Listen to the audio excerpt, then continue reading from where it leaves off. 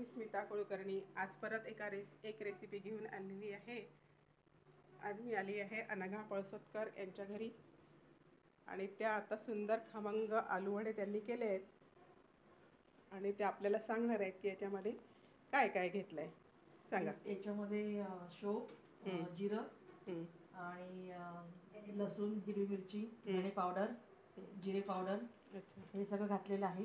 पहिले बटाटे उकडून घेतले, त्याच्यामध्ये फोडणीमध्ये लसूण, कांदा आणि जिरं, मोहरी, शेव हे सगळं घालून एकत्र तयार केलं आणि नंतर उकडलेले बटाटे त्याच्यामध्ये मॅश करून बटाटा वडा तयार केला। अच्छा, खमंग वास येतो आहे, छान, नक्कीच छान झाला असेल। आता आमची पार्टी पण आहे, त्याच्यामध्ये आम्ही सगळ्यात जणी आता याची चव पाहणार आहोत आणि ह्या वड्या पण दिसतात आहे इथे। त्या वड्या रवा आणि बेसन याच्या केलेल्या आहे, अच्छा, पाकातल्या वड्या आहे। अच्छा, ठीक आहे, धन्यवाद काकू, धन्यवाद।